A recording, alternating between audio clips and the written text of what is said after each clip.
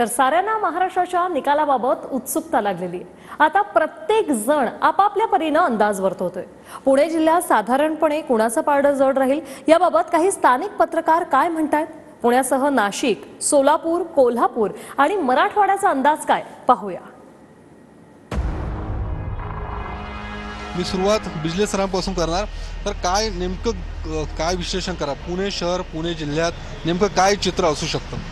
पुणे शहरामध्ये युती पुढे राहील, 5 जागा येतील त्यांचा असा अंदाज आहे। कमीत कमी 4 तर येतील आणि ग्रामीण भागामध्ये युतीच्या 5 जागा येतील असा आत्ताचा अंदाज आहे। पुणे जिल्ह्यात 21 जागा आहेत, त्यातलं काय साधारणतः अंदाज? तर युतीला 2-3 जागा जास्त मिळतील। गेल्या वेळी 9 जागा होत्या, यंदा त्या 12 पर्यंत जातील आणि आघाडी मात्र 10 ते 11 पर्यंत आघाडी राहील। 12-9 वाजता जिल्ह्यात घडेल असं मला वाटतं। पुण्याच्या ज्या 21 जागा आहेत त्याच्यामध्ये महायुतीकडे 12 आणि आघाडीकडे 9 अशा जागा जातील।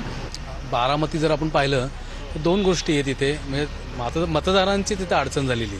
मतदारांना जर उघडपणे विचारलं तर ते अजित पवारांचं नाव घेतात, परंतु त्यांची सहानुभूती ही शरद पवारांच्या संदर्भातली आहे। त्यामुळे तिथे 2 जो ग्रामीण भाग आहे बारामतीचा, तिथं पूर्णपणे युगेंद्र पवार यांना मतदान होईल असं दिसतंय, कारण शरद पवारांच्या विषयी खूप सहानुभूती ग्रामीण भागात आहे। शहरी भाग जो जिथं आहे बारामती शहर, तिथेच अजित पवारांचं थोडं वर्चस्व आहे। तो मध्ये जर त्यांचा जो मागचा जो काय मताधिक्य आहे ते तर अजिबातच नसेल, त्यामुळे जो काय असेल फरक तो 25-30 हजार याच्यामध्येच असणार दिसतं। सातारा जिल्हा असेल, सोलापूर जिल्हा असेल किंवा सांगली असेल, ह्या तिन्ही जिल्ह्यामध्ये शरद पवारांना चांगलं मायलेज मिळेल असं वाटतं। पुण्यात काय होईल? पुणे शहर जिल्ह्यात 3-5 असं होईल।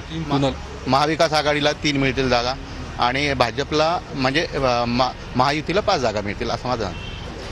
शहरात मला वाटतं की महायुतीला जास्त जागा येतील आणि ग्रामीणमध्ये नक्कीच शरद पवारांबद्दल एक अजूनही सहानुभूतीची लाट आहे, तर त्यांना ग्रामीण भागात अजित पवारांपेक्षा जास्त जागा मिळतील। राज्यातली नेमकी काय परिस्थिती असेल? राज्यात किती जागा महायुतीला आणि महाविकास आघाडीला मिळतील? मॅजिक फिगर क्रॉस करेल महायुती असं मला वाटतं। अपक्षांच्या हाती सत्तेची चावी राहतील। अपक्षांकडे महायुती म्हणजे काय त्यांना जवळपास जाईल सत्ता स्थापनेच्या, परंतु त्यांना गरज लागणार आहे अपक्षांची वगैरे कोणाची तरी। मी जे सांगितलं ते 6 एक्झिट पोल आहेत। 6 एक्झिट पोलमध्ये 3घांनी सांगितले महायुती, 2घांनी सांगितले महाविकास आघाडी, 1घांनी सांगितले दोघांना समान।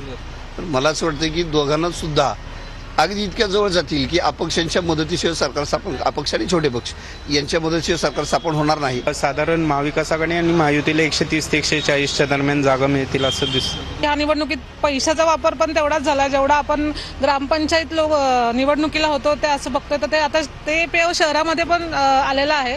तर मला वाटतं की काहीतरी वेगळं चित्र बघायला मिळेल, कोणाला असं सहजासहजी सत्ता मिळणार नाही। नाशिकचे ज्येष्ठ पत्रकार सगळे आपल्या सोबत आहेत। आपण अंदाज घेण्याचा प्रयत्न करतो ज्या पद्धतीचं मतदान झालं, किती फरक पडेल या वाढलेल्या मतदानाचा? वाढलेला टक्का नक्कीच जी प्रस्थापित समीकरण आहे त्याच्यात ती बिघडवणारा असेल। काही जणांना तो फायदेशीर ठरेल, तर कुठे अगदी जिथे क्लोज मार्जिनच्या निवडणुका आहेत तिथे तो नक्कीच उलथापालथ घडवेल। वाढलेला टक्का कोणामुळे वाढला हे बघायला पाहिजे, कारण ज्या प्रमाणात पैशांचं वाटप झालेलं आहे आणि पैसे देऊन मतदारांना मतदान केंद्रापर्यंत पण आणलेलं आहे आणि ही कपॅसिटी कोणामध्ये आहे ही पण गोष्ट लक्षात घ्यायला पाहिजे। परंतु ह्या वाढलेल्या टक्क्याचा इम्पॅक्ट हा मला असं वाटतं की महायुतीलाही होऊ शकतो। संघाची जी प्रबोधन संस्था आहे तिने केलेलं काम ते एक महत्त्वाचं ठरणार आहे की त्यांनी यावेळेस मतदानाचा टक्का वाढवण्यामध्ये मोठी भूमिका त्यांनी पण पार पाडलेली। आपल्यासोबत ज्येष्ठ पत्रकार राजकीय विश्लेषक संजीव उन्हाळे सर आहेत। उन्हाळे सर, काय सांगाल? सगळा तुम्ही या विधानसभेचा धुरळा बघितलेला आहे। एकंदर सगळी निवडणूक जर लक्षात घेतली तर महायुती आणि महाआघाडी यांच्यामध्ये कशमकश या निवडणुकीमध्ये पाहायला मिळतोय। फडणवीसांनी असा दावा केलेला आहे की ज्यावेळेस मताची टक्केवारी वाढते त्यावेळेस भारतीय जनता पक्ष सत्तेवर येतो, परंतु आत्तापर्यंतचा जे ऑब्झर्वेशन आहे की ज्या वेळेस मतदानाची टक्केवारी वाढते त्यावेळेस परिवर्तन घडतं किंवा विरोधक तिथे येतात। परंतु या निवडणुकीला 2 गोष्टींचा अपवाद आहे। एक पहिलं असं की जी टक्केवारी वाढली ती बहिणींची वाढली आणि त्यामुळं बहिणींचं सगळं मतदान हे आम्हालाच झालेलं आहे असं त्यांची भावना आहे। आता याला काहीही फारसा अर्थ नाही, कारण बहिणी सगळ्याच्या सगळ्या त्यांना मतदान करत असतील असं मला वाटत नाही आणि बहिणी स्वतःच्या विचाराने मतदान करतील की 7,500 रुपये मिळाले चला आपण मतदान करू असंही नाही।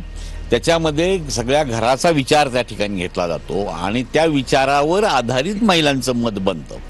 तेव्हा भावांची मतं देखील यावेळेस फार महत्त्वाची त्या ठिकाणी ठरतात. तेव्हा यामुळं मराठवाड्यामध्ये तरी बहिणींचं मतदान झालं म्हणजे आपल्यालाच मिळालं असं काही नाही. आणि दुसरी महत्त्वाची गोष्ट म्हणजे वोट ट्रान्सफर जे व्हावे लागतात ती एका पक्षाकडून दुसऱ्या पक्षाकडे ती या निवडणुकीमध्ये झाली नाहीत.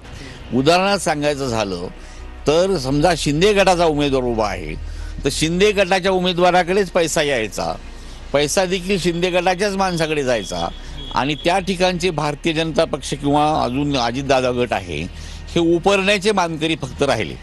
त्यामुळं या निवडणुकीमध्ये ते एकमेकांचं जे सरमिसळ जी व्हायला पाहिजे ती सरमिसळ तेवढीशी झालेली नाही. आताची निवडणूक ही रंगतदार आहे. आता कसं झालं की मुंबईमध्ये काँग्रेस, शिवसेना, राष्ट्रवादी, शरद पवार आणि इकडे एकनाथ शिंदे यांची सेना, भाजप अशी ती सगळी गणितं आणि अजित पवार.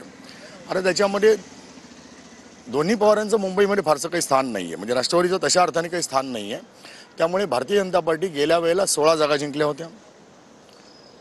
शिवसेनेची जी परिस्थिती आज जी आहे, आजची परिस्थिती, यावेळेला शिवसेना 22 जागा लढते, भारतीय जनता पार्टी 18 जागा लढते, एकनाथ शिंदे ज्या जागा लढत आहेत 16 जागा लढत आहेत. मुद्दा असा आहे की मुंबईमध्ये शिवसेना विरुद्ध शिवसेना अशी लढाई 11 ठिकाणी आहे.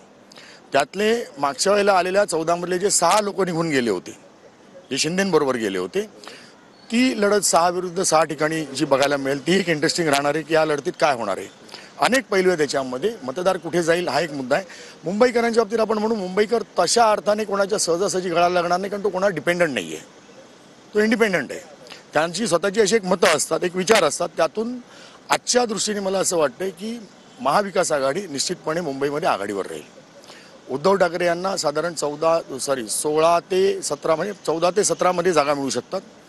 भाजपच्या जागा ज्या गेल्या 16 होत्या तर 14-15 पर्यंत येऊन 1-2 जागा कमी होऊ शकतात. शिंदेच्या बाबतीत म्हणाल तर 11 जागा ते लढवत आहेत. 6 त्यांनी उमेदवार म्हणजे शिवसेनेचे, उद्धव ठाकरे गटाचे त्यांच्याकडे गेले होते. त्याच्यापैकी बोरिवलीचा सुर्वे निवडून येऊ शकतो, मंगेश कुडाळकर हे फाईट देऊ शकतात. बाकीच्या ठिकाणी यामिनी जाधव येण्याची मला काही शक्यता दिसत नाही. 6 पैकी 1 जागा जी आहे ती निवडून येऊ शकते सुर्वेंची. उर्वरित 3 ठिकाणी लढती दिसत आहेत. सांगता येणं कठीण आहे तसं, पण तरी ॲडव्हान्टेज टू उद्धव ठाकरे असं म्हणता येईल.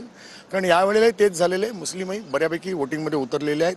मनसे हा फॅक्टर महत्त्वाचा आहे. मनसे किती मतं खाणार, कोणाची मतं खाणार हाही एक मुद्दा राहतोय. जिल्ह्यात 6 जागा हे शरद पवार उतरलेले होते आणि 6 जागा हे भाजप लढवत आहे. साधारणपणे किती जागा महायुतीकडे राहू शकतात, किती जागा महाविकास आघाडीकडे राहू शकतात अंदाजित? आत्ता 11 पैकी आपण पाहिलं तर 6 ह्या महायुतीकडे राहतील, 5 महाविकास आघाडीकडे राहतील असं चित्र आहे.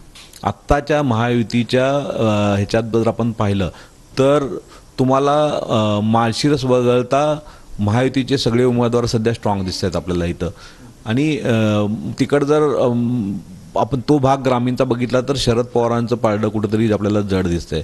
कारण शरद पवारांनी नेहमीप्रमाणे अजित पवारांच्या विरोधात तर नवीन चेहरे दिलेच आहेत, परंतु त्यांनी काही राजकीय समीकरणं अशी केलीत की त्या राजकीय समीकरणाचा कोणाला फायदा होतो, कोणाला तोटा होतो हे आपल्याला निकालानंतर समजेल. परंतु आत्ताची परिस्थिती जर आपण पाहिली तर सध्या शरद पवार आणि फडणवीस ह्या दोघांचा फॅक्टर जिल्ह्यात मोठ्या प्रमाणात काम करताना आपल्याला दिसतोय. कोल्हापुरात नेहमीच काँग्रेस, राष्ट्रवादी यांचा बालेकिल्ला राहिलेला आहे. विद्यमान सभागृहात सुद्धा आता 4 काँग्रेसचे आणि 2 राष्ट्रवादी शरद पवार साहेबांनी होते, आता ते अजित पवारकडे गेलेले आहेत. ह्यावेळी सुद्धा महाविकास आघाडीला चांगली संधी आहे. किमान 6 जागा महाविकास आघाडीच्या येऊ शकतील आणि 4 जागा महायुती येऊ शकतील.